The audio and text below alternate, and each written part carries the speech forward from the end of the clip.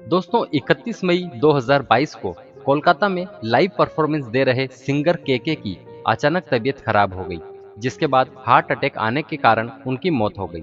इस वीडियो में हम आपको बॉलीवुड सिंगर के जीवन से जुड़ी कई महत्वपूर्ण जानकारियां बताएंगे। चलिए शुरू करते हैं इस वीडियो को। सिंगर केके का पूरा नाम कृष्ण कुमार कुन्नाथ है। केके एक लोकप्रिय भारतीय गायक हैं जिन्होंने हिंदी, तमिल, तेलुगु, कन्नड़, मलयालम, मराठी, बंगाली, गुजराती और कई फिल्मों के लिए गाने गाए, लेकिन दुनिया इन्हें केके के नाम से जानती है। सिंगर केके ने सिर्फ बॉलीवुड इंडस्ट्री में 500 से अधिक हिंदी गाने गाए हैं। साथ ही इन्होंने तेलुगु, बंगाली, तमिल, कन्नड़, मलयालम भाषाओं में 200 से अधिक गाने गाए। दोस्तों, सिंगर केके उर्फ कृष्ण कुमार कुन्नाथ का जन्म 23 अगस्त 1968 को दिल्ली में एक मलयाली परिवार में हुआ था। केके ने अपनी स्कूली और आगामी शिक्षा माउंट सेंट मेरी स्कूल और कॉलेज, दिल्ली विश्वविद्यालय और किरोड़ीमल कॉलेज से पूरी की। सिंगर केके ने बॉलीवुड में कदम रखने से पहले 3,500 जिंगल गाए। 1990 के क्रिकेट विश्व कप के दौरान उन्होंने भारत के समर्थन के लिए भारत के जोश गीत गाया था। सिंगर केके 8 महीने तक मार्केटिंग एग्जीक्यूटिव काम करने के बाद 1994 में मुंबई आ गए थे। सिंगर केके ने 4 साल की अवधि में 11 भाषाओं में 3,500 से अधिक जिंगल गाए। 1994 में संगीत क्षेत्र में अपनी जगह बनाने के लिए उन्होंने एक ब्रेक पाने के लिए लुइस बैंक्स, रंजीत बरोट और लेस्ले लुइस को अपने डेमो टेप दिए। इसके बाद सिंगर केके को यूटीवी के द्वारा उन्होंने सेंटो सीजन शूटिंग विज्ञापन के लिए जिंगल गाया। केके ने ए आर रहमान के साथ एक गीत कल्लूरी साले और हेलो डो के बाद पार्श्व गायक के रूप में काम किया। उन्होंने 1994 में तड़प तड़प के इस दिल से आह निकलती रही फिल्म हम दिल दे चुके सनम के लिए गाने भी गाए, जो कि काफी हिट रहे। दोस्तों, सिंगर केके का पहला एल्बम सन 1994 में आया, जिसका नाम पल था। इस एल्बम को सर्वश्रेष्ठ एल्बम के रूप में स्टार स्क्रीन अवार्ड मिला। केके का दूसरा एल्बम हम सफर 9 साल बाद सन 2008 में आया। बॉलीवुड इंडस्ट्री में बैकग्राउंड सिंगर के रूप में केके का पहला ब्रेक फिल्म माचिस 1996 का गाना छोड़ आए हम वो गलियां था। केके को सबसे मशहूर करने वाला वो गाना हम दिल दे चुके सनम, जो कि 1999 में आई थी, तड़प तड़प के इस दिल का था। ये उनके करियर का सबसे सुपरहिट सॉन्ग था। इस हिट गाने के बाद केके के पास गाने के लिए बहुत सारे काम आए, जिसके बाद केके ने 3,500 से ज्यादा जिंगल गाए।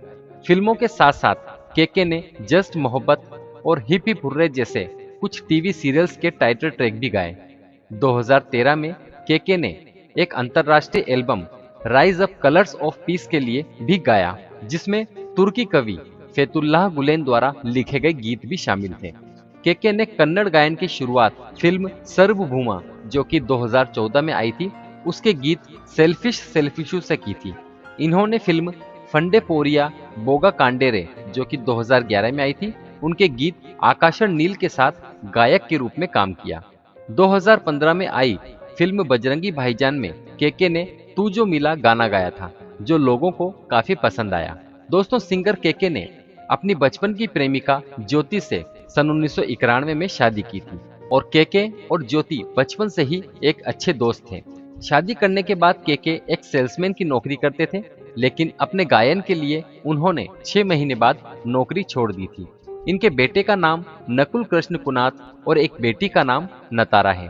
चलिए बात करते हैं सिंगर केके के पुरस्कारों के बारे में। सिंगर केके को 2005 में सर्वश्रेष्ठ पार्श्व गायक के लिए हब पुरस्कार दिया गया। 2010 में सर्वश्रेष्ठ पार्श्व गायक के लिए फिल्म फेयर अवार्ड साउथ पुरस्कार दिया गया। 2010 में सिंगर ऑफ द ईयर के लिए इनम Swaralaya singer of the year का अवार्ड इन्हें दिया गया। इसके बाद सन 2000 में सर्वश्रेष्ठ पुरुष पार्श्व गायक तड़प तड़प के इस दिल से आह निकलती रही, इसके लिए इन्हें अवार्ड दिया गया।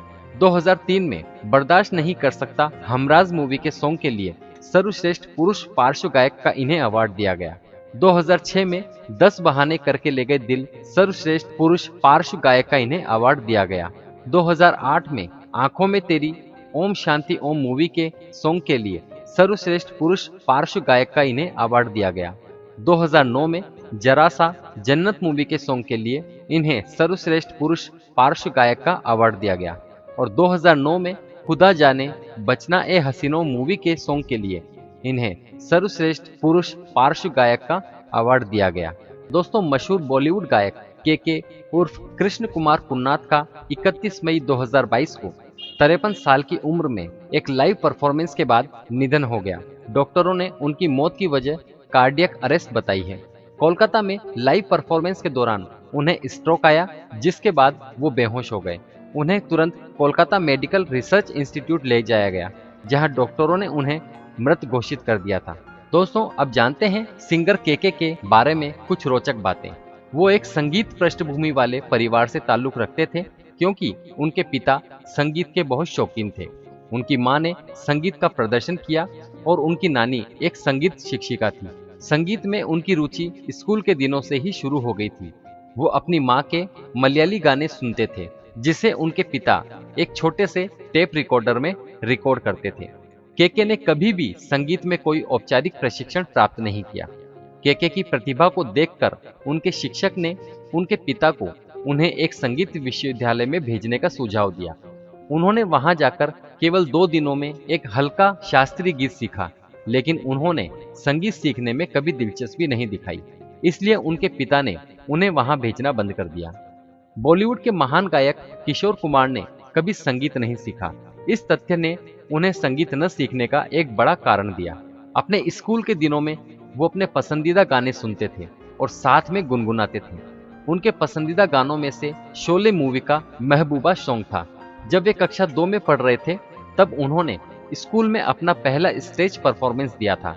उन्होंने फिल्म राजा रानी, जो कि 1973 में आई थी, उसका सॉन्ग जब अंधा होता है गाया। इस प्रदर्शन के बाद उन्होंने संगीत को गंभीरता से लेना शुरू किया। नौकरी छोड़ने के बाद उन्होंने एक कीबोर्ड खरीदा और अपने दोस्तों शिवानी कश्यप और सेबल बसु के साथ जिंगल बनाना शुरू कर दिया। उनमें से 3 ने पैसा भी कमाया, लेकिन केके असंतुष्ट रहे। अंततः वो मुंबई के लिए रवाना हो गए। वो अपना पहला जिंगल गाने के बाद संगीत निर्देशक रंजीत बरोट ने उनसे गायन के लिए उनकी दर के बारे में पूछा।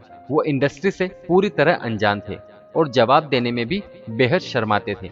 रंजीत ने फिर उन्हें 5 उंगलियां दिखाई, जिससे कि इनको लगा कि उन्हें रुपए का भुगतान किया जाएगा। जब उसे अपनी 5,000 रुपए तनख्वाह मिली, तो आखिर में वो ये देखकर चकित रह गए कि ये राशि वास्तव में 5,000 रुपए है।